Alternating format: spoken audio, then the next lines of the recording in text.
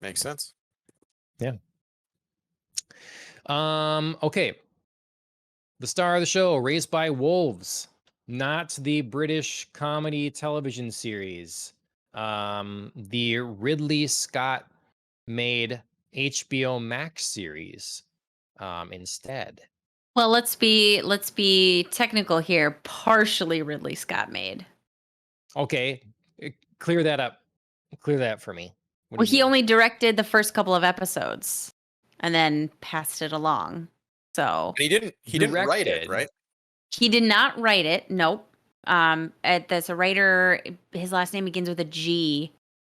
It's a bit longer. It's like Guz Nizowski or so. Okay, Okay. I feel bad. I don't remember exactly. But yes, so Ridley Scott only, I believe, directed the first 2 or 3 episodes and then handed it off. So, Guzikowski. Well, yeah, oh, he must. Oh, I see. Okay. Guzikowski. Okay, so I Um, was close. I was close. All right. Yeah. so um, he must be producing yet then. I believe so. But yeah, I mean, they he really advertised it as Ridley Scott. Yeah. Ridley Scott. Yep. Yep. And I know he Um, was very excited about the project, and I think he's coming back to direct at least some of season 2. So spoiler alert for that there is a season 2. But yeah, he did not direct all of the episodes. So I don't know okay. if that changes anything Yes. in anybody's mind to know that, but there you go. Okay. So yeah, executive producer. So interesting. Hmm. Yes. Spoiler time. Raised by Wolves. HBO Max. Um, yeah. I guess I should have looked up some of that, but you know, part of what I have issue with a lot of shows, and I feel like I've talked about this before or whatever, but Okay. um, setting up something that is really intriguing, really like I was grabbed by this right away with the interesting Mm-hmm. questions that were presented and the very film kind of style and the music and everything. Do you, Andrea, do you feel this like managed to hold that throughout the series? That level of quality of the film kind of feel? No, I do not. Um, I, like you, was very grabbed by the first couple of episodes in the season. I would say I was probably with it, really in there through like maybe 6 or 7. And then I felt like the last couple really veered off of, this kind of like interesting path into like repeating the same questions, exploring the same questions in different kinds of ways, but ways that weren't necessarily new or interesting. Um, like a lot of the same themes came up, and that's fine. Like there's no shame in, or no like I don't know. I'm not trying to criticize, like, trying to look at the same question from different angles, or, explore the same themes, but in different ways. But I just felt this got a little too repetitive, and then veered a little bit into like, I'm not even following you anymore. Okay. What do you think, Shane? Um, I mean, I, I, How did it hold up? Yeah. I'm sorry. Yeah, no, I think I loved it. I'll just say that right out of the gate. Hmm. Is exactly what I want from like especially a sci-fi type series that is like a new, an exploration of a new kind of universe, even though that universe is strikingly similar to the Alien universe. But Mm-hmm. or the I should say the Prometheus, I guess, universe, which is I guess a tangent of the Alien universe. Anyway, um, I felt like once maybe like third or fourth episode in, I was pretty much locked in. Like Mm.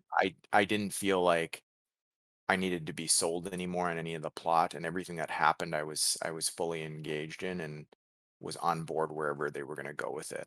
Um yeah, I don't know. Okay. Yeah. And and then in addition to that, I'm excited to see where it goes moving forward. So Yeah, I mean, I agree that ultimately I really enjoyed the season. Um I was like going through it, I guess I was surprised. I almost thought this was going to be a one and done sort of thing. Mhm. Until obviously later, and it, you know, clearly not going to answer the questions that need to be answered and some of that. Um but yeah, I thought that there's a lot of sci-fi that feels really um lacking in imagination, and I thought this felt very different. They didn't set up or explain immediately how or why we're here, like what the situation is. I think it's unique too that like our war, like we've fled Earth because of basically a religious war, um, but not like between two religions. It Mhm. was like atheism versus a religion, Mhm. um, which I thought was different and unique. And it offered up all kinds of really cool questions. I like here's one: raised by wolves. What does that mean in this context? I figured it was obviously a reference to the um the story of the founding of Rome, right? Like, Mhm. and also the colloquialism of just being like a, adopted, or basically Yeah. raised by a different species, and Yep. you know these human children being raised by unfeeling androids, I guess, because they definitely at least come off like that in the very early episodes, that they Mhm. are singularly focused in terms of their programming, and like this is what they're there to do, and like can you raise human children, or creatures that are as like emotionally diverse as human beings by you know an android or whatever, I guess. And I will say that Yeah. when I came into watching this show, it came off of a recommendation and I knew nothing of it. And like I didn't even know it was Ridley Scott until um like the first, the credits were rolling on the first episode Mhm. beginning, and it was like, executive produced or directed by Ridley Scott. And I was like, oh, that makes a lot of sense. But but yeah, I thought it was interesting, because where it started, at least in the first few episodes, was not at all where I expected it to go throughout Mhm. the rest of the series. Mhm. And yeah. Yeah, I quite like the title. It's very apt. Especially I don't know that you necessarily I think it's better if you know the story of the founding of Rome, of Romulus and Remus, and the mythology of them being raised by a she-wolf and then building essentially the city that would become the center of civilization. Because that's what's going on here is you know uh young boy is being raised by parents of a different species. In one character's case, Campion, he's a Yep. human being raised by two androids, mother and father. And in another case, uh, our our kind of counterpoint, Paul, who is a young Mithraic child, Mithraic or Mithraism being the religion, um, is being raised by who he thinks are his parents, but are actually two atheists. So again, like creatures of quote unquote different species. I think you can sort of stretch that term loosely here to define like, you know, Hmm. human beings of a different mind. He's being raised by them, but they're also looking to create their own civilization. Um, so, kind of this story kind of repeats in two very different fashions. And we see this like side by side. How are each of them growing up, under these different sets of parents? Um, and so there's a lot of exploration of, like what makes parenthood, what makes personhood, how can you um, raise a being of another species, or conversely, how can you allow, like, kind of trust a being of another species to parent you, and raise you. So there's a lot of like similar questions that are explored through various characters that I quite enjoy. Um, but like I said, towards the end of the show, kind of felt like we were veering away a little bit from those interesting questions and kind of getting into a little bit of repetitive. And I was kind of ready. I was ready for something else. I Sure. will say that I think a lot, maybe similar along those lines, Andrea, is that Mm-hmm. the show definitely changes in tone. Like, Yes. Mm-hmm. I don't know, about the 3/4 of the way through the season, like it definitely focuses a lot more on something. Yeah, yeah, like I just previously mentioned, like something I didn't see coming, and that Mm-hmm. uh, um, the pregnancy of the mother character, Mm-hmm. and through the virtual reality impregnation, whatever that, and I remember finishing the series or the season and thinking to myself, like, I have way more questions now than I did Mm-hmm. starting this thing. And but I guess that made me very excited for where it potentially could go. I think it creates a really high bar for them to have to, pull this all together, but there are Mm-hmm. great examples where they've been able to do that, and in TV and movie history, I guess. And I'm staying high hopes here that this kind of all comes together at some point. Um, Sure. I will say that, like, not to jump too far ahead in terms of like some of the thoughts, but this is, I feel like, kind of a good opportunity. I sort of feel like, with regards to how it changes, like, Mm-hmm. that we may see some type of, like, you know, time travel component to this. And that was like sort of where my head was at by the end of the season, especially when, you know, mother and father fly into the core of the planet and come out wherever they came out. It seems like the same planet, but potentially like different version of it. Hmm.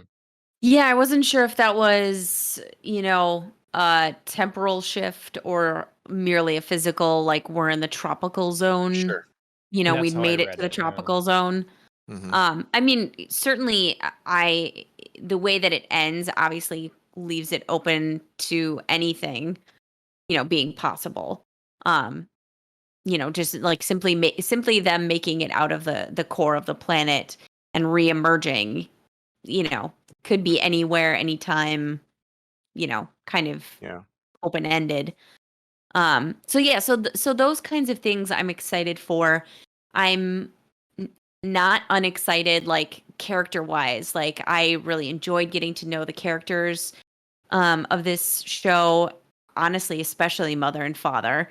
Um, I think the pair of actors who played them did a fantastic job at inhabiting, these very difficult roles where you have to balance, like, I'm an android and I have to, make certain movements or only portray certain things, but I'm also evolving, you know, Yeah. um, beyond kind of my original programming. So it's, I think, a very delicate balance that I think both actors pull off very well. It's just some elements of the literal plot line that I'm having a hard time with. Like, to bring it back to mother's pregnancy, I definitely felt the kind of focus shift here away from, kind of the overall, like, how do we colonize and how do we kind of rebuild a civilization. Not necessarily a bad thing, but it felt a little jumping the shark when her baby turned out to be this, like, flying Dark.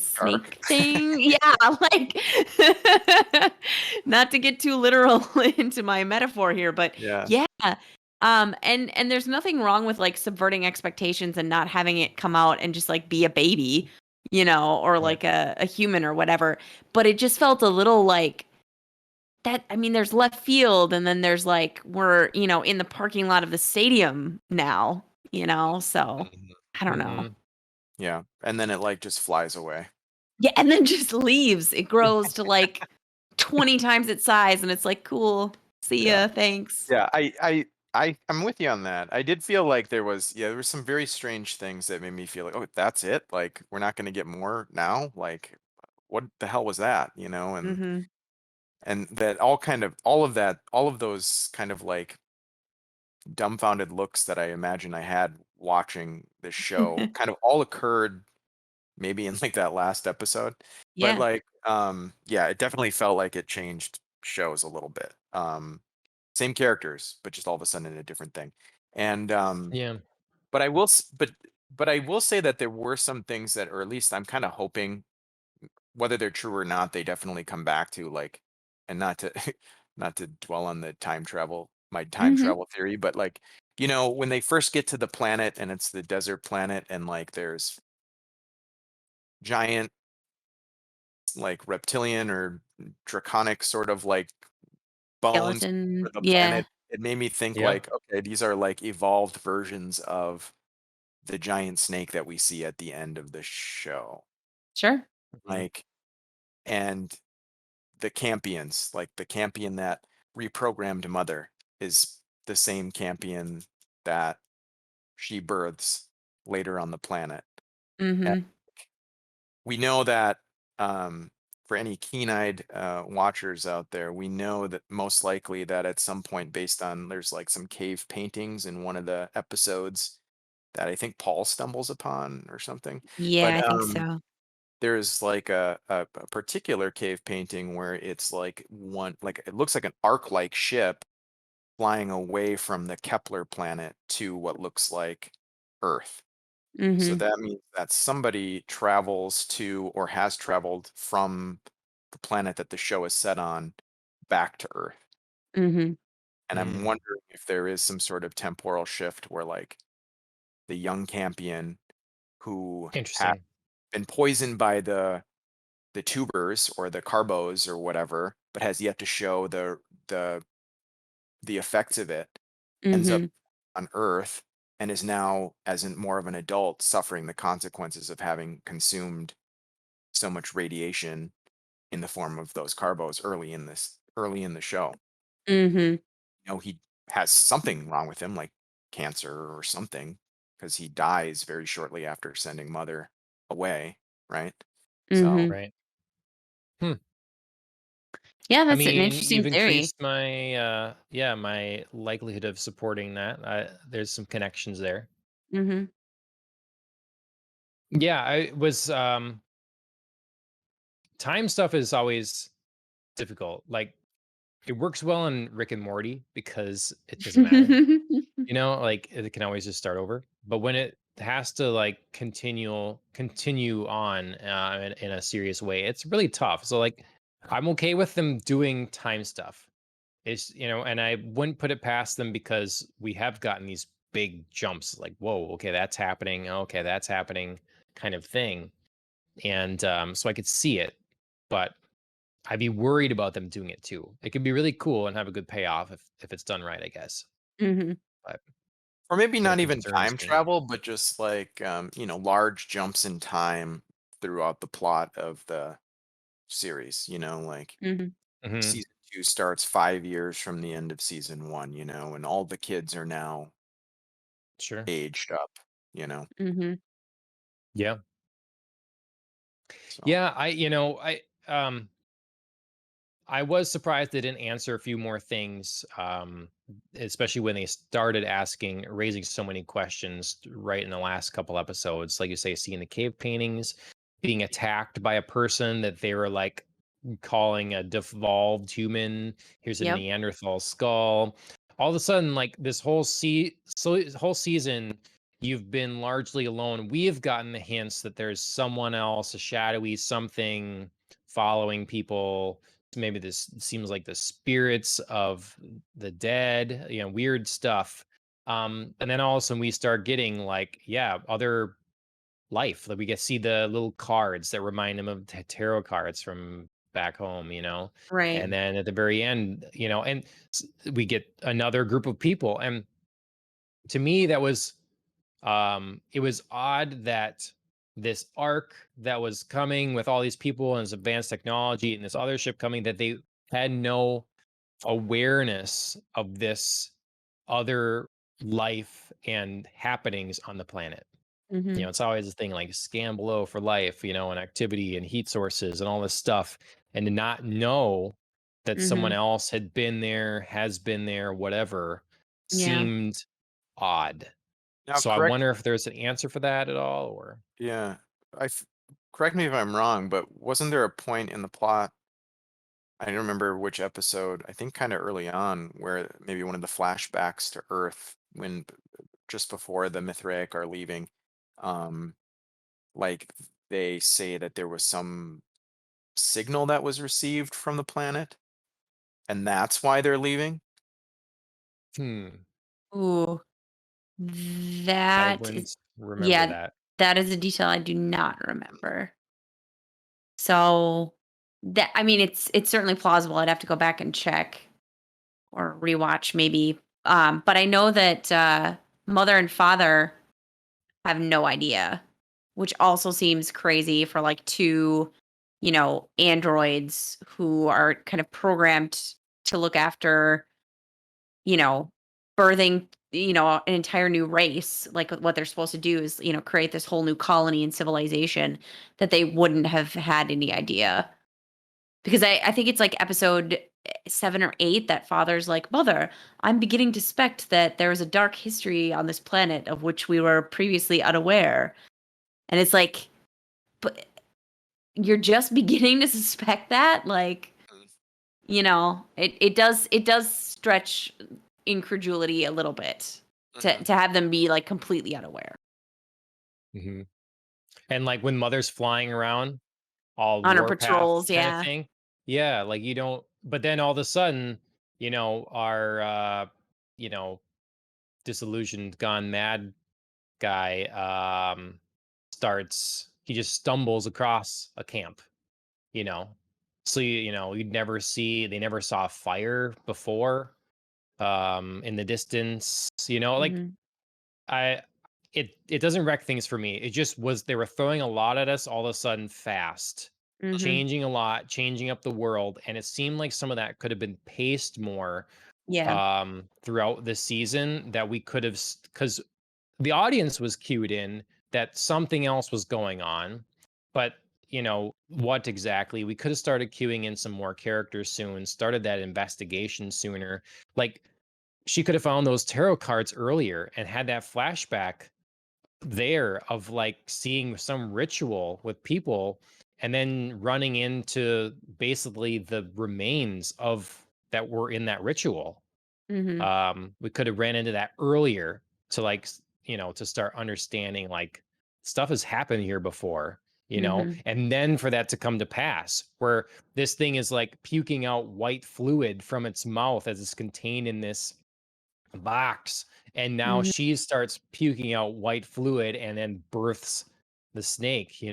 Is this a ritual, a thing that's been done repeatedly, and it lends to your time kind of thing, or destiny or something, yeah, that's showing this kind of thing. And so I think all that stuff is cool. It was a lot at once, and there is definitely, when we already have to suspend our disbelief, some like the idea that an android can become pregnant, and that this was set up to be this way, and all this stuff. It was a lot. mhm. Mm-hmm. um let's see, I was looking at some of you guys' notes to see what kind of things you wanted to talk about. What do we think of here's a thing you wrote, Andrew, about the notion of Mm, reprogramming an android. yeah.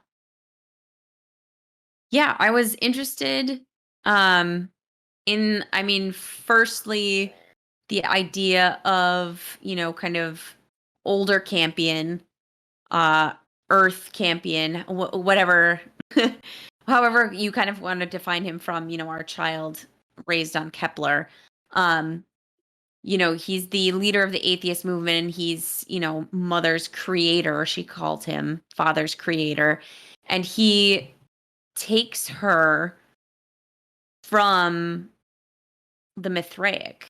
cult, religion, whatever you want to call it, and reprograms her to be like the exact opposite of what she was. She was, kind of a war machine that they call a necromancer. Um, and he reprograms her not only to completely believe in like the atheist cause and belief system, but also to be a caregiver. I mean, she's still got, like she's got the feature where she can turn back into, the necromancer and she can, destroy, but her primary function is to now raise and nurture life, which is like the complete opposite of what she was programmed to do. Um and it's weirdly reminded me of like the Terminator, where like this Mm. killing machine is like sent to destroy one woman so that the leader of the rebellion against the machines will never be born, and like that's his sole function. And then in Terminator 2, he's been like completely reprogrammed, and like his only function is to save them. And we love that idea. We love that sort of like complete 180, that if we just like switch a few wires and, enter a few codes, this being can be completely different from what they were. And I just sort of wondered, and we see that to a smaller extent with Father too, when he gets like retaken by the Mithraic and gets reprogrammed to just do his like original service mode. Like, I just wonder if we like that because, or we're fascinated by it because humans can't really do that. There's no like switch you can push on a person and have them do like a personality 180. You know, we like redemption stories and we like the idea that people can be changed, but it's always hard. It's always, this like epic journey to change somebody. Whereas like an android, you could just switch it up. Mm-hmm. Yeah. I don't know. No. Maybe I just Yeah. like talked No. to myself through my own theory, but I Yeah. find No. it, I mean, I find it it's very interesting. Mm-hmm. yeah. Is it born out of like the technical or practical elements, like how we think of computers, or is there Mhm. a greater desire, like you say, to be able to change oneself and an envy there? I mean, we Mhm. certainly see, why do we create, or why is the ideal to create robots or androids that look like us, that walk like us and function like Mhm. us, when we could make something more efficient, or whatever. Mm-hmm. Mhm.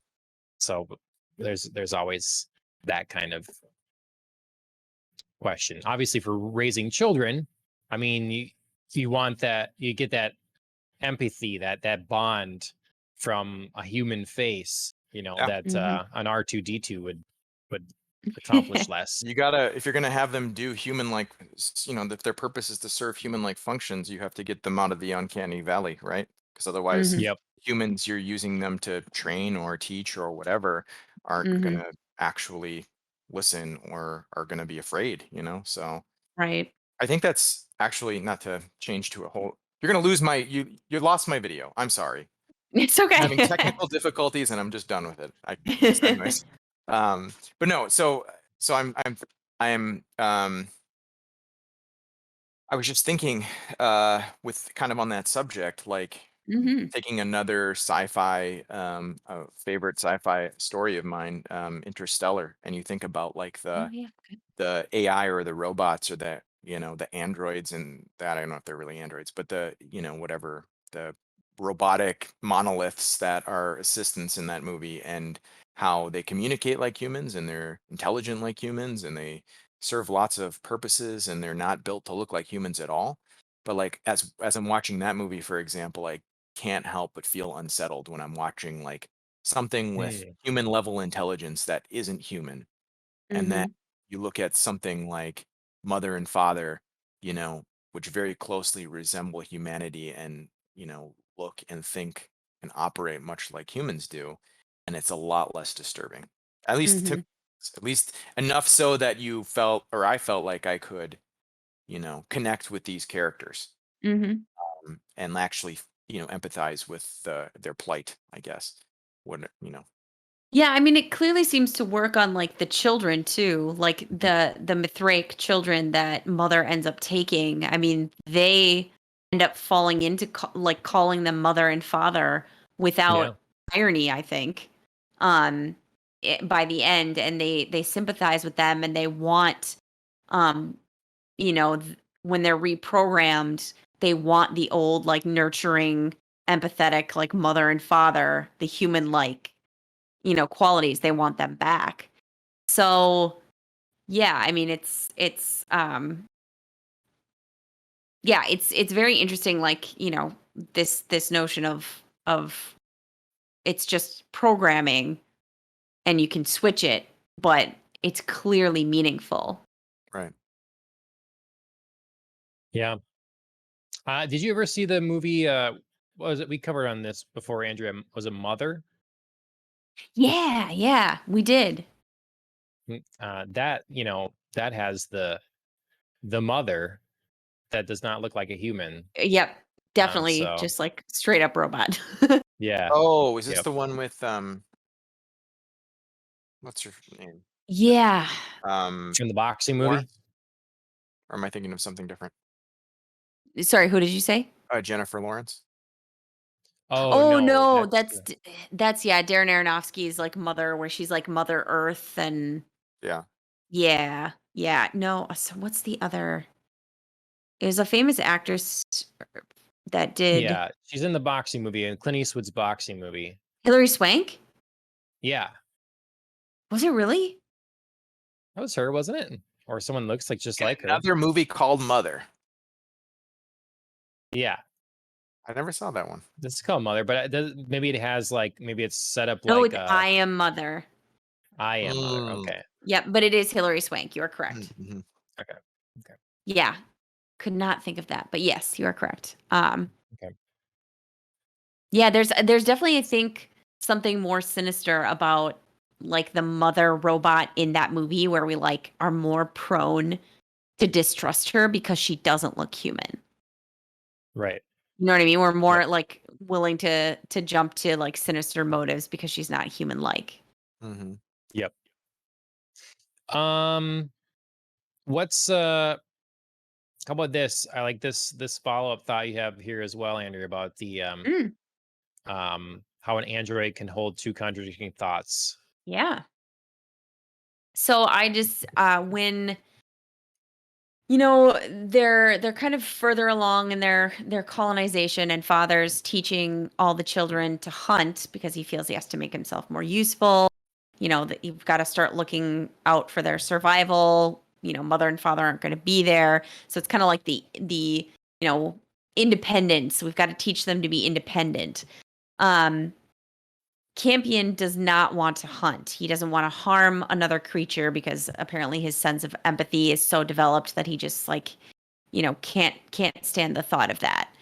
Um so I just thought it was really interesting where he it's like right after he has a disagreement with the other children about, going hunting, and I think about something else, and he punches Paul and then runs away, and mother is yelling at him about how, you have to practice pacifism, like you can't do violence against your fellow human beings, and violence isn't the answer. And then he's like, okay, well then don't make me go hunt with father. And she's like, nope, you have to learn to survive, go get hunting. Mm-hmm. And it just felt like very contradicting to be like, pacifism is the way, now go do this violent thing for your survival. So And also, she's like killing oh yeah, hundreds no, she's like or yeah. thousands of like people on board a ship. Like, Right. She's like the expert at killing. yeah, But like somehow in her brain, like, or her programming, these contradicting thoughts of, I can teach him pacifism and that's great, but I should go slaughter these people in droves.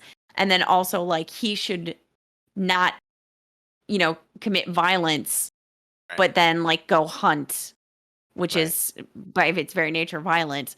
Um yeah, it really intrigued me, and it was like, is because if you think of a robot or an android as like solely logical, like, like they're so emotionless and reason is their guiding principle, then she should be able to recognize like, oh yeah, that contradicts itself, so I got to choose one or the other.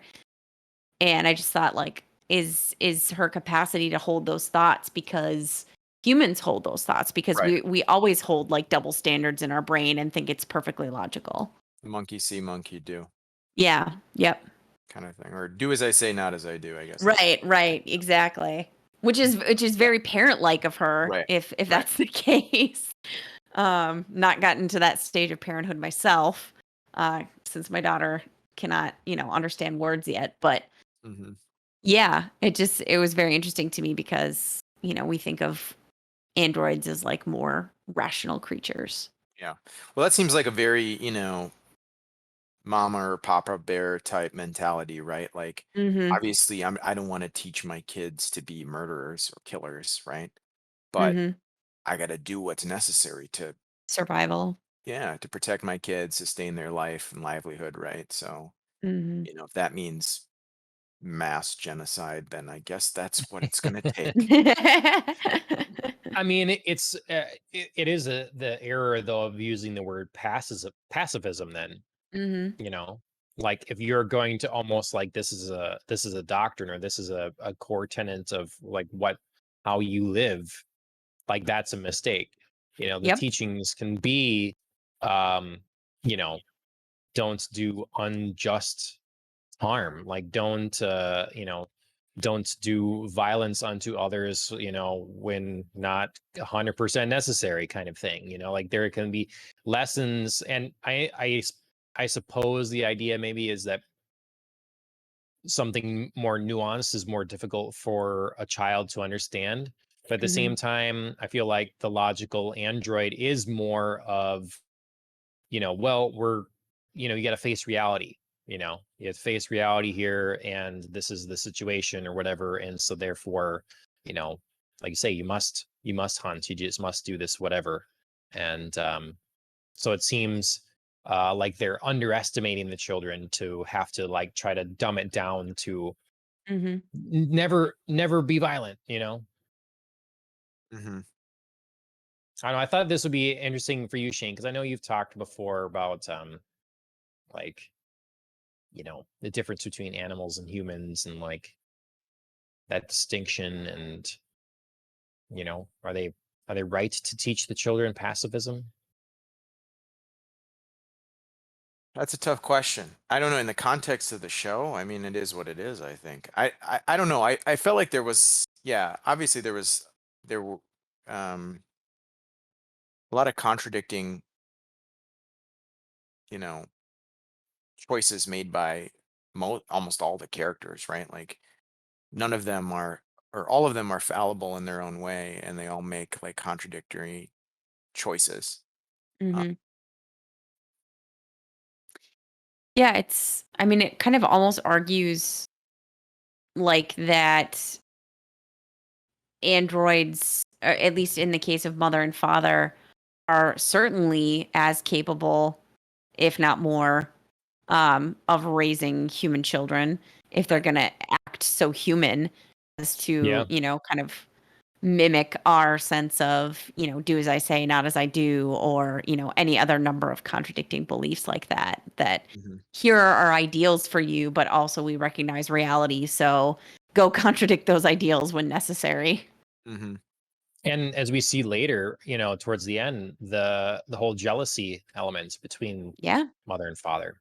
yeah. I was pretty surprised by that. I didn't think, you kind of feel it as a human watching the show. You kind of think, oh, Hmm. well, father must feel a little put out right now. But clearly the android's not going to feel that way, right? He's going Hmm. to be logical about it, and like understand that, she is now aware that the mission always was to practice raising children with these other children, and now here's the real thing. And of Right. course that's just gonna, but instead it is met with emotion.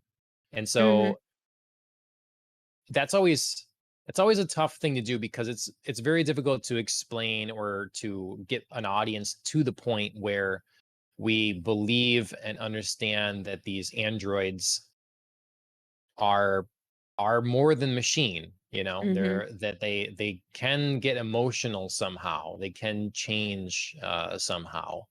So um Hmm. assumably that programming though for mother to like you said, John, like her main directive isn't to raise human children. That was something that was added onto her by the Earth Campion. Mhm. Yep. And so there's a deeper prerogative for her to get pregnant and have snake babies or whatever, which must have been programmed in her at some point. And based on the timeline of the series, there's not really a moment where we could say that, like, yeah, this was added at during this scene or this moment in time, maybe outside of like when she's in that virtual, the virtual reality bed thing, that perhaps somebody could have messed with her then. But Mhm. I'm kind of more of the Yeah. mind to think that this is like a deeper layer of programming at the necromancer level, that like she is basically a tool of destruction, and like at a very core level she was programmed to basically give birth to greater levels of destruction or whatever in the form of this, Interesting. snake. Like she's a, So so then it would be a Mithraic programming? yeah, maybe, or even like pre-mithraic, like pre-adoption of this religion, like whatever it is, because Oh, assuming, you mean like any human before, like, they got divided between right, Mithraic and atheism? because in the Sure, sure, story sure. of the show, like the Mithraic humans on Earth, or the adopted the religion based on some ancient text or whatever Mhm. that was brought to them through some mysterious means. Like it wasn't something that they wrote themselves; it was something that Right. they adopted, and they built the necromancers based on the instructions that were found within the Mithraic Mhm. texts that they received. So So do you think the Interesting. whole like interfacing with her creator, as she refers to him, and them having sex and stuff, do you think that's like merely coincidence and there's no function to that then at all? Like this is her inner something playing out? yeah, And like an inner, in like some sort of like pre-programmed unlocking sequence or something like Mm. that, that's being okay, portrayed through, her. right. Something that you can Yeah, understand visually and I sensorily. Yeah, I kind of would almost prefer if that were the case. Like I don't know perhaps like what kind of programming, sequence this is, if it's part of her deeper programming, if it's like you say somebody messing with the pod that she's in when she's in that VR. Um but thinking back to like our previous, conversation about the way that mother and father kind of evolve, and father shows this like jealousy towards the end. um it would make sense if this was just simply part of her programming, because to me it felt like mother, in going back to these VR episodes and visiting her creator, she was sort of evolving in a way, and experiencing new emotions. Like she obviously was attracted to her creator and was like desiring to interact with him as a human would. Like she kind of stepped into herself and tried to kiss him back, and Yep. it kind of was evolving that way. But then when she told father about it, she seemed surprised that he would have similar, human emotions. Like, Yeah.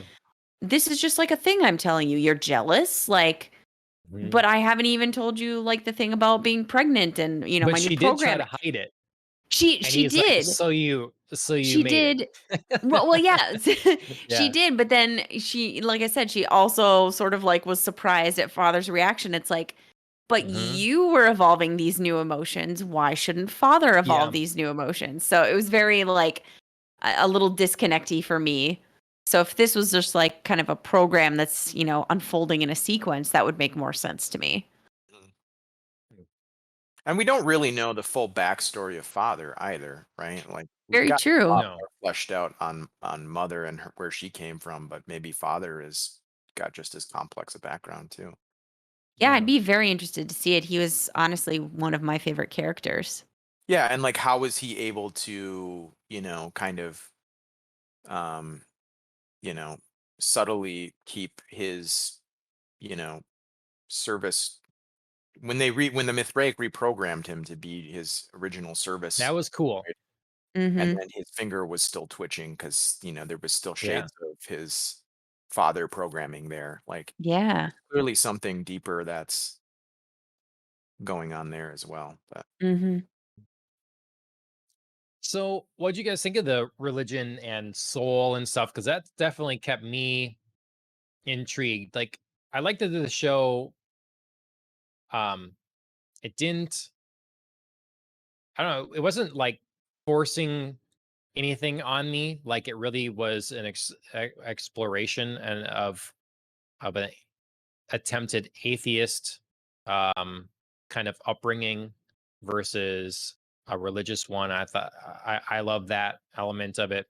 But then, like, there was clearly something to soul. Like, Mhm. I mean, you see the the magic or the miracles or the things happen, the voices come to people's head, and you know, is there a real purpose to all the things? Is soul directing this? Is he a godlike entity, or is it just a more advanced being that, like, Mhm. sees a way for the world, or a way to spread their religion or their control, or like, we have any theories here? who is Soul? The Yeah, snake. The I'll wear the snake. shirt. The Yeah. snake is Soul. Yeah, yeah. They Seriously, both is begin there with a S. yeah? Who is there a shirt that says "Who is Soul"? That'd be a good shirt. I I mean, we would. can make one. Let's make one. We'll put that star Yeah. sun on us. Yeah. Yeah, let's do it. um.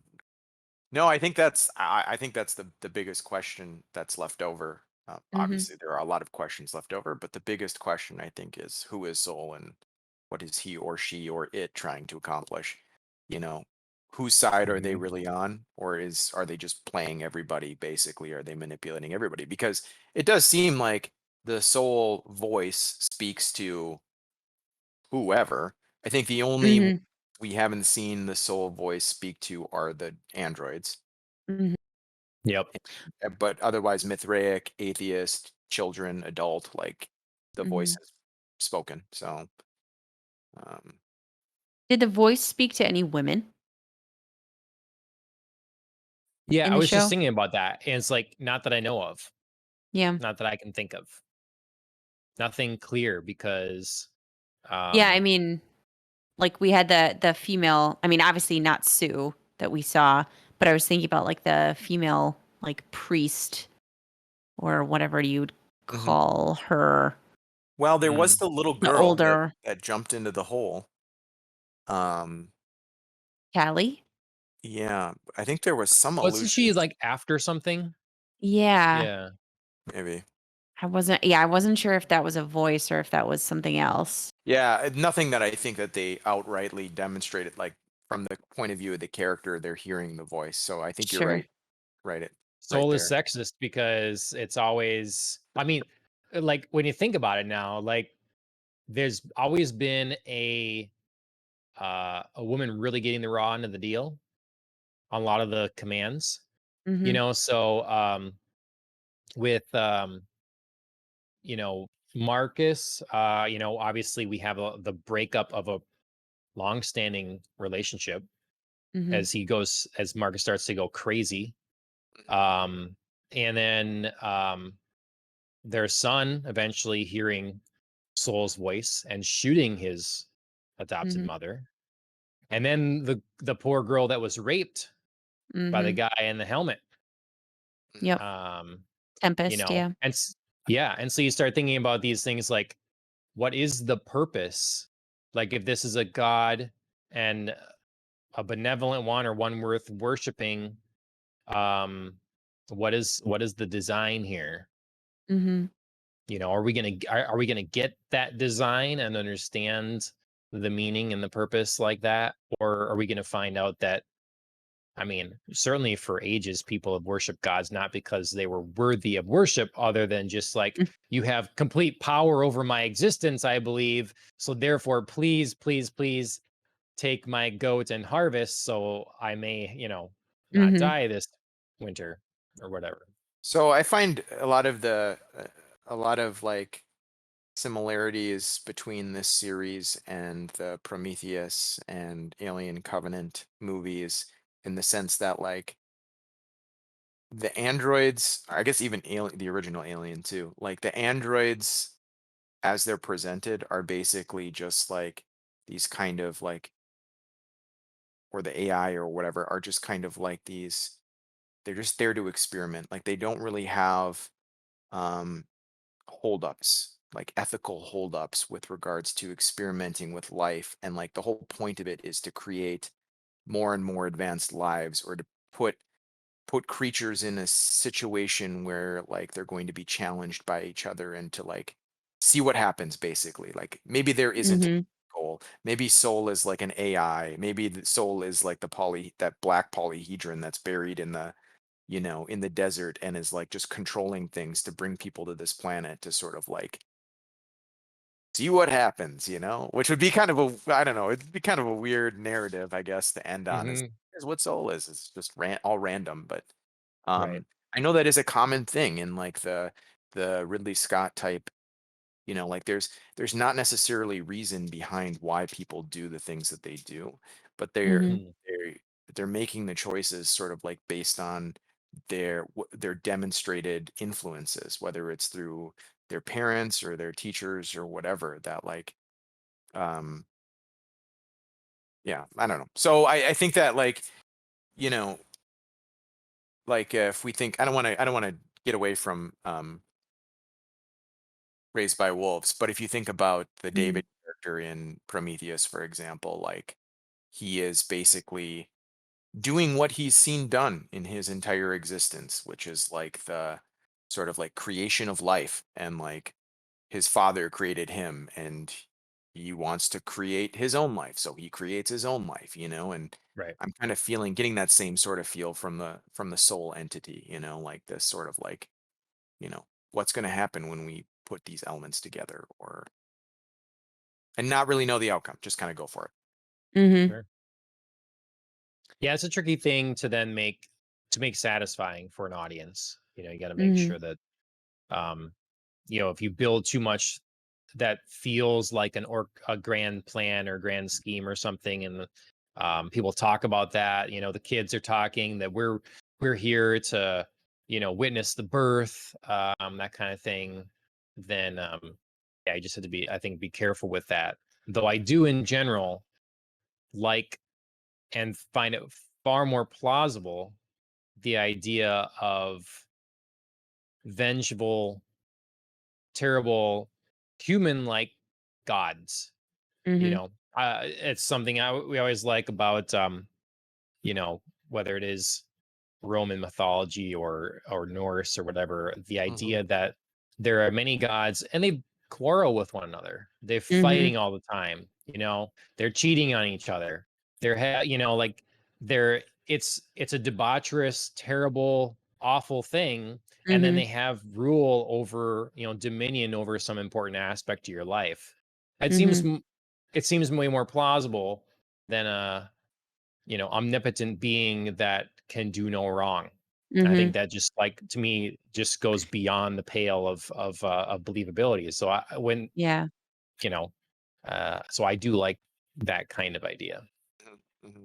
Yeah, I like following along with that. The fact that in Raised by Wolves, if we are assuming the Whisperer is Soul, that we're gonna take that and run with it right now, at least until proven otherwise.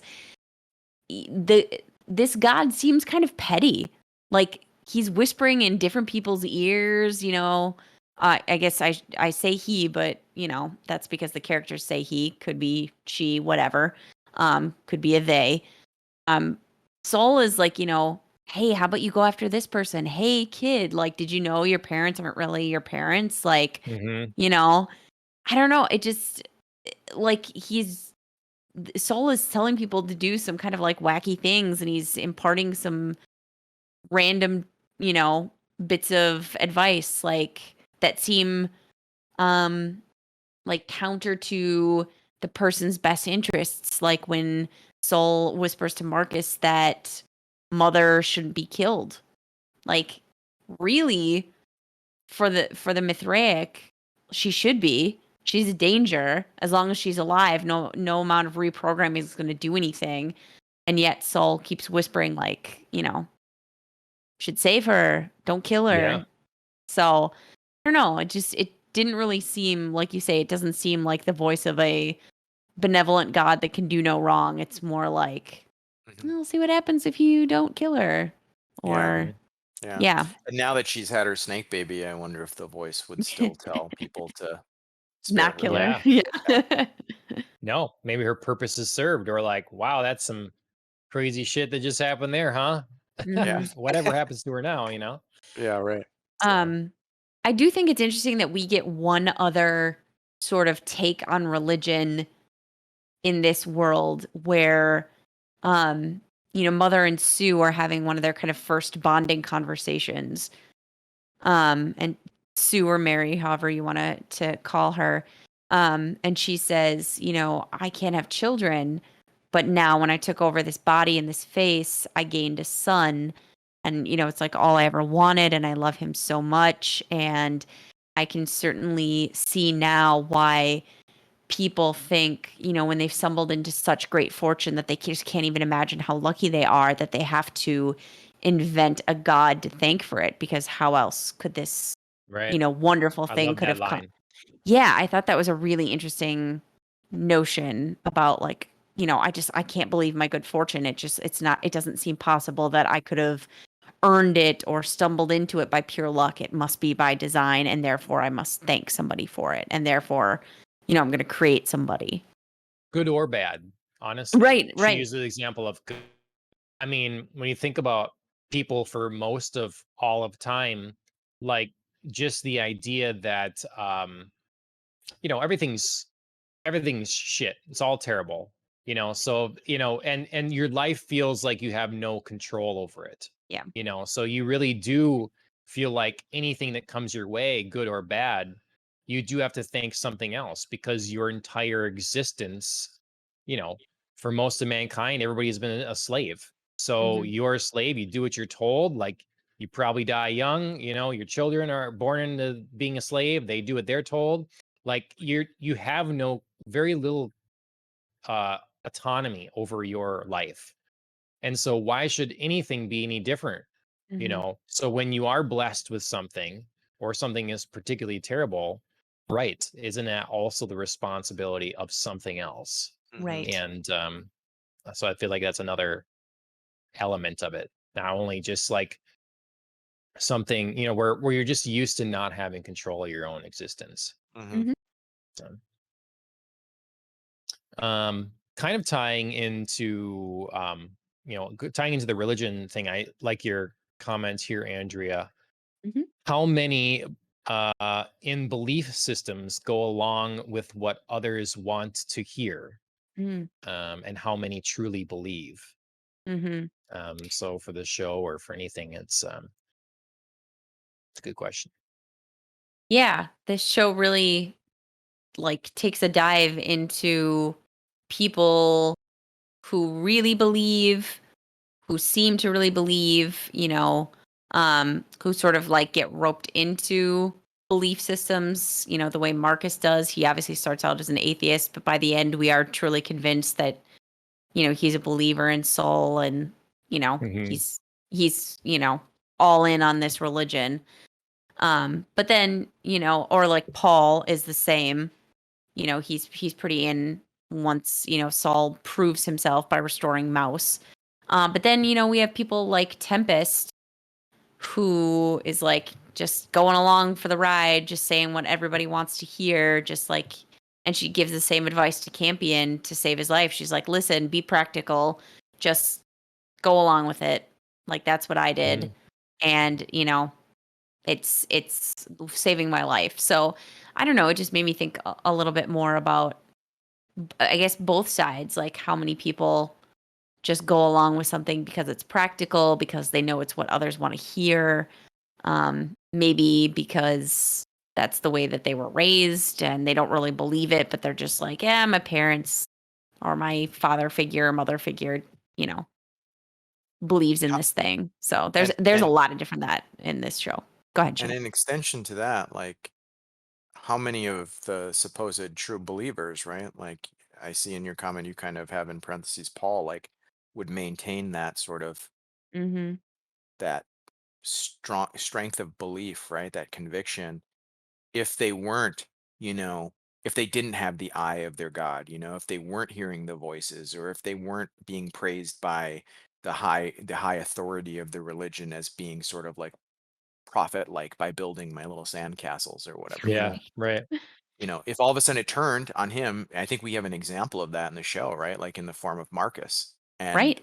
him hearing the voice. And then for the rest of the season, like not being able to hear the voice and basically doing whatever it takes to try to hear the voice again to the point where Right. he's now losing his mind. Right. Well, and that's so interesting. It's like, how long is he gonna keep trying? Like, is he now a true believer that just because he heard it that couple of times, like he's like, I'm gonna do anything or to get it back? Or is there eventually a point where he says, I'm through? Yeah. I want to Will there be destroy enough the of his mind to like rationally say I'm done? yeah. Like I want to destroy the God that set me on this path, this supposed Hmm. God that set me on this path and betrayed me or left me alone or whatever. Yeah. Yeah. It'd be interesting. Yeah. I mean, you see the depth of his belief where it had gotten them because then he starts taking everything as a sign. All the Hmm. church temple burns down, sign. And then he sees, like, I don't know if he sees a bird or but he sees the ship, and he's like, and he's thanking Soul at these different moments, like, Hmm. thank you for showing me or whatever. Yeah. Um, so yeah, I mean, but it's one of those things. How could you not? It's one of those kind of experiences where you talk about ghosts or whatever. You talk with someone, it's like someone experienced something. They saw a shadow figure or a spirit, or that their senses told them they saw this thing. Hmm. Yeah. So that's a pretty powerful thing to then have to deny. So if you're very clearly hearing voices, being told stuff you shouldn't know or whatever, um, seeing someone spontaneously combust, yeah, it's a hard thing to deny and to kind of try to rationalize yourself out of. Hmm. So I don't blame Yeah. them, I guess. Well, also like, you think about how much is like is the result of influence on from past experiences. So you think about um Marcus and his extremes, like, but he was also, a child soldier. And Hmm. Hmm. how does that affect his, adult susceptibility to being indoctrinated in anything, right? Like, Mm, if sure. that was your reality in your most formative years, like, you're going to be, I feel, extremely susceptible to, temptation in terms of like, where am I the most powerful? Where do I have the most control over my life? Because Mhm. my experience thus far has been very little control. And what's going to grant me greater autonomy or greater, you know, authority, you Yep. know? Yep. And Whereas, to take your point, oh, go no, go ahead. ahead. No, I mean, you go, John.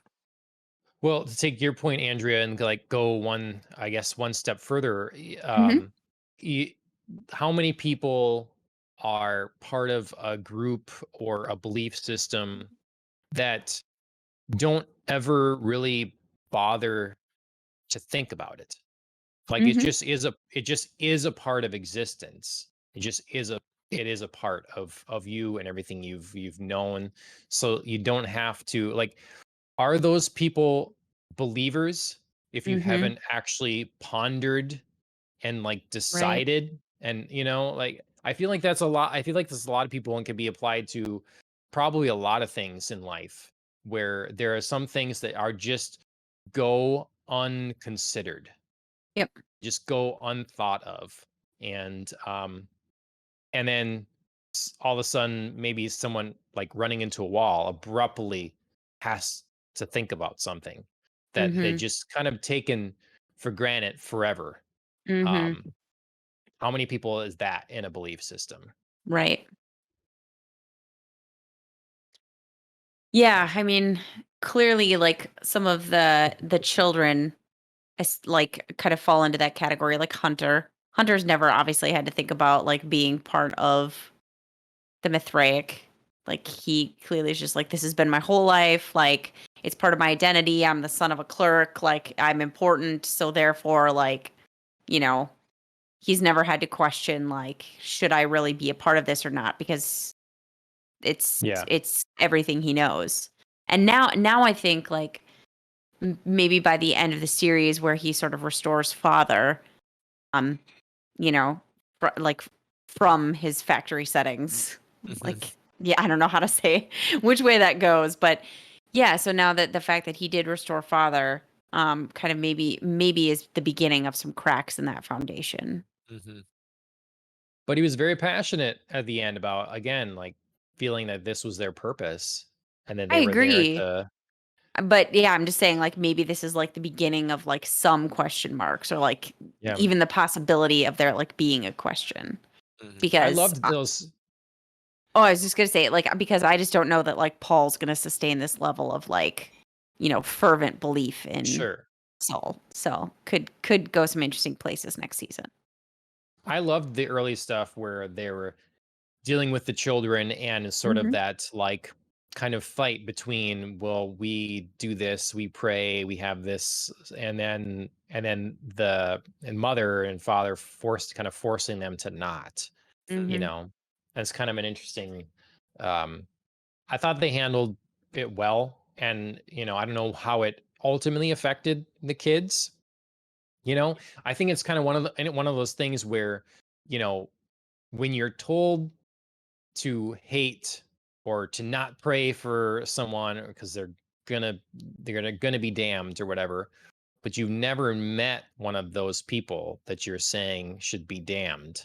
Hmm. It's a lot easier to do, and then you meet them, and it's like clearly they've developed a care for Campion, who's an Hmm. atheist, and for the mother and father, and as we see the believers following Marcus, yet when he's asked, like, would you Oh yeah. pray for my father, and he's like, of course, it's like, and then like, well, we would never do that, Yep. never pray for someone that was fallen, that was deemed unworthy, and you know it's like that shows your level of devotion. But again, and we see it with the kids where you're confronted with people that, oh, they don't seem so bad, oh, they actually are okay, and on both ways. And Hmm. so I just thought they handled that pretty well with the kids. Yeah. Yeah. Well, that's the strength of the narrative too, is the character development, that like none of these characters are so one-dimensional that it's just like Hmm. there's not a bad guy. You know what I mean? Like they all have Right. their strengths and their weaknesses, and they're all relatable in some way. And the ones that are slipping further and further away from their humanity are, we were on their side at one point. And so it's Hmm. fun, I guess, as the viewer to watch that transition. And I Hmm. think the best Hmm. example of that would be Marcus. Like you you sort of are trained as the viewer early on to see the Mithraic as the bad guys, and then Hmm. you find out, oh, like the atheists are recruiting children to be part of their army, and like Right. basically sending them out as suicide bombers or whatever. And like, Yep. okay, maybe they're not so good. And then, I don't know. And then it just kind of spans from there. And then he has this sort of redemptive moment with Mary, when they're in the cryo sleep or whatever, the VR thing, and they find Paul and they become parents, and then they're a happy family and they feel like complete characters now. Hmm. All of a sudden, all of that has sort of gone away Right. because of the shifting dynamics and how this character is evolving and, falling into, more depravity, I guess, in a sense. But we don't know Hmm. what the android eye will do to him. Yeah. What a weird like punishment. I didn't understand. I'm like, was that Making his a veins pop. cyanide thing? But then it looked like I don't know. That was very weird. And Like, did he know something it was gonna do explained. something crazy, or was he just like, "Yeah, gotcha. Maybe I'll explode from the inside," or Yeah. Choke on this, buddy. Yeah, I don't Like, know. It seems so very random that he just like fed him the eye and then left him there. yeah, it's got to be a known thing, right? Right, Like Like yeah, poisonous. Yeah. android parts being toxic or Hmm. something right. to consumption. They all have barcodes on them that say, do not ingest. Yeah. Do not eat Warning eyes. labels. Oh Yeah, boy. they gotta keep They're the like lawyers McDonald's at bay. coffee. Caution Litigation. hot. Yeah. Yeah. Yeah. Um, Yeah, yeah, that hopefully was an that'll odd thing. be yeah, hopefully that'll be explained somehow in season 2 that, it's Hmm. either some sort of like poisoning thing or, he expected the eye to make him explode or something. I don't know. Mhm. Was definitely getting some Mad Max vibes from the captive that Mother was draining from of his Yeah. blood. Here's my blood bag, basically. Mhm. Mad Max Fury Road kind of thing. Yeah. I thought that was interesting. That was very odd. Again, it was a quick thing Detour. where she sees the card, tarot card, which is clearly like a computerized something, like a Mhm. keeper of a memory or something, of information that then Soul tells Paul to destroy, apparently. But she gets this sort Yeah. of like vision, and during which time this guy is able to like reverse the blood flow and get like super hulked. That was kind of an odd, unexpected Yeah. thing, you know.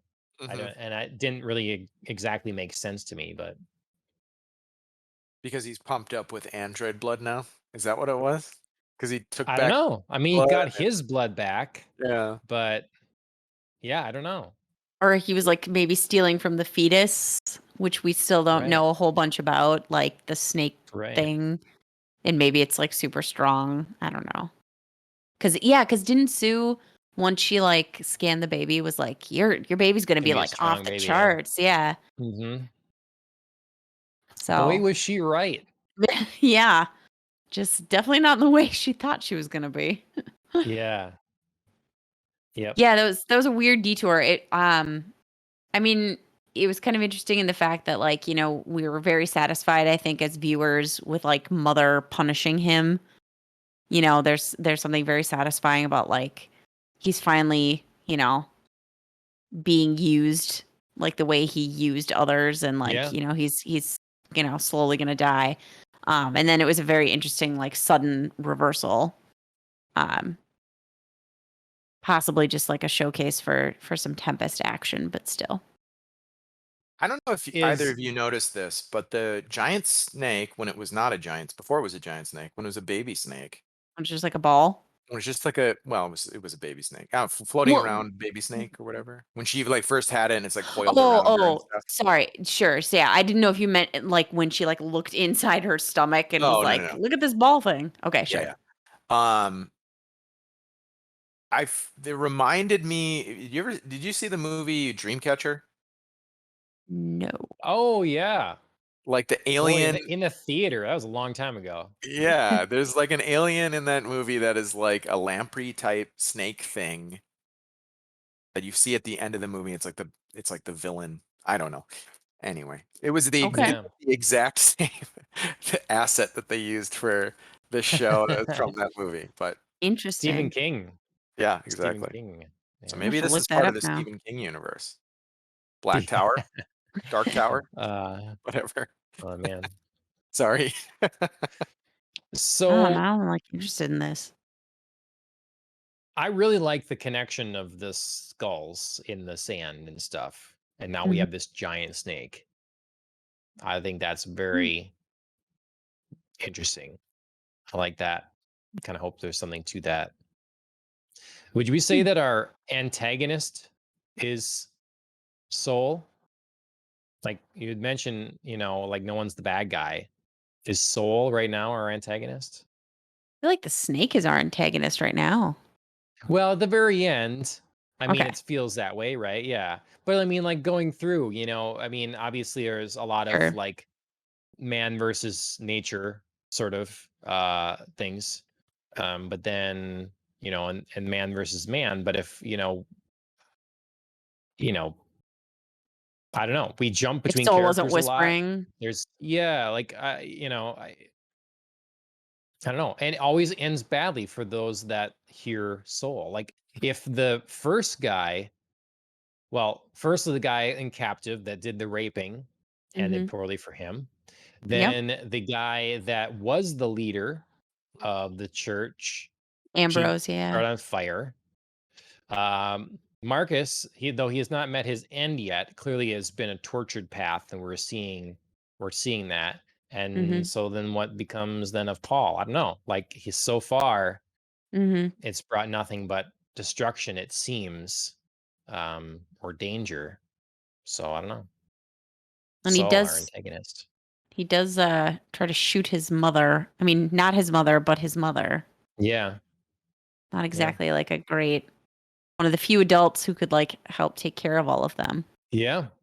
And how much do you care about the baby? Like she's been the one that's been watching over mother and stuff. Mhm. Hmm. Um, Well, I so think you're right. I think the narrative has drawn so far the clearest picture as to who or what is the primary antagonist is seemingly Soul at this point.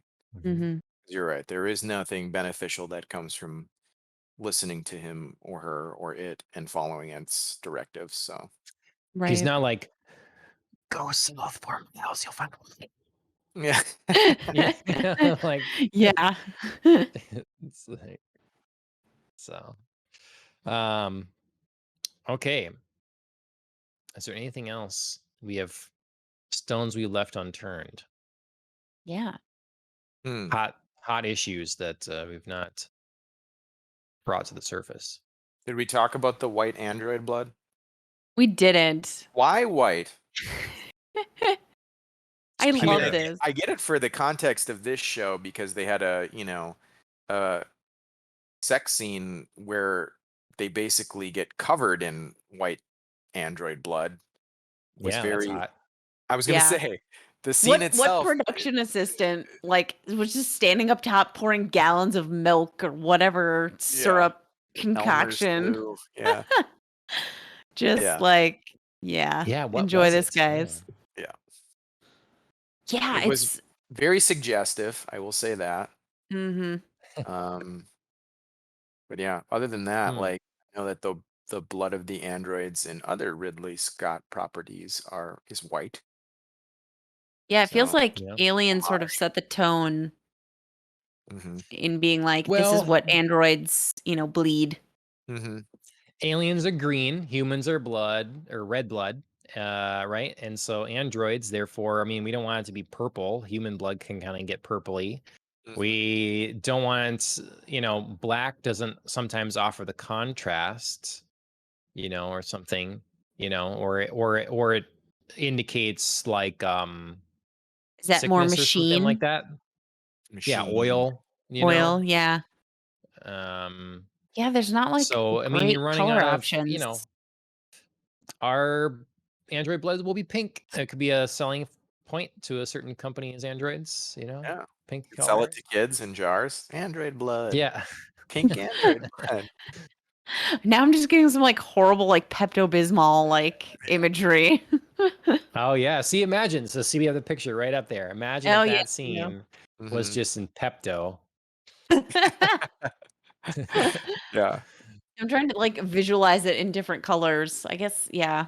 White is like neutral-ish. It's Yeah. stark. It's weird. It's not alive. Where do you find white much in, you know, you get some flowers, I Yeah. guess, white, I that's for think things in that are in alive and terms of like the themes of the show, it actually now thinking about it does make a lot of sense. Because I Okay. mean, think about like parenting and motherhood. You have like, breast milk, which would be white or there you whitish, go. right? And then Yes. Yep. the I mean, the themes of like impregnation and gestation or whatever, fertilization, Mhm. and then Yep. a lot of the imagery there is more than just that sex scene, but like you think of like, how many times in the show did they have a scene where it was like a sperm fertilizing a giant egg? Like mother and father and their ship dropping into the core of the earth was basically like Oh yeah, exactly yeah, yeah. that. I couldn't help but have flashbacks to like middle school health class or something like that, you know? Absolutely. When you see the little in the very first episode, when you see the little ship come out of the wormhole and head towards the planet, there's like this recurring imagery of fertilization, right? And so, Hmm. Sure. what I'm aiming at is that, semen is white also, and that would be another example of sort of like that process, in the, you know, pregnancy parenthood type themes Hmm. that are Wait, constantly that's part of it? I don't know, Wait, what? John. Oh, okay. Well, yeah. I mean, I What take your color is yours? point. It's pink. Yeah. It's Pepto. Yeah. John's a No. Pepto machine. Got a sick stomach? I'll fix you up. John's on the way. I don't Uh, Um, know. It's maybe more work than it's worth. I don't know. I'll deal with the upset tummy. I mean, I take your point there. Like for this show specifically, yes, I think that does sort of make sense in terms of like the through line that we're following here is parenthood, raising a child of some sort, who's fit to raise a child. Yeah, how do you become a mother? Is it natural? Is it, you've stolen somebody's face or you're an android being impregnated in VR? But yeah, like we're exploring all of these like very organic topics. So sure, like, you know, Hmm. Hmm. this is like the nearest to human organic fluid that we can get without being like it's blood. Right. So yeah. I like it. Um, Andrea, any lessons you've taken away from all this parenthood stuff? I know. What do you Like what are you my gonna God. use? What am I gonna bring back to little Everett? Yeah. Um, yeah, boy. I Double check the guess plants for radiation. yeah, no kidding. No Yeah, carbos. no carbos. Do as I say, not as I do, you know. Because if I have to go, wipe out a whole bunch of people on an ark, I don't want her to do that, but I'll do it for her. Um Yeah.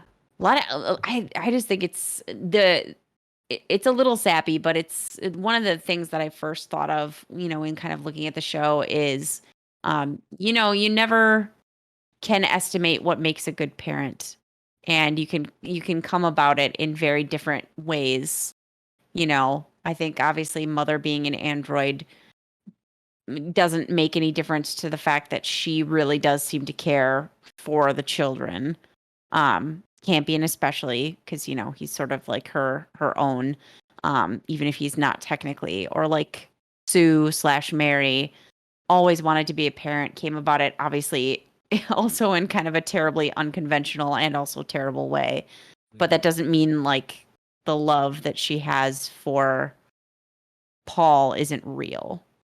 Right. So who can say who's fit to be a parent, or what makes a good parent, or who can feel the love for a child that a parent can feel? It's really subjective and up to that person.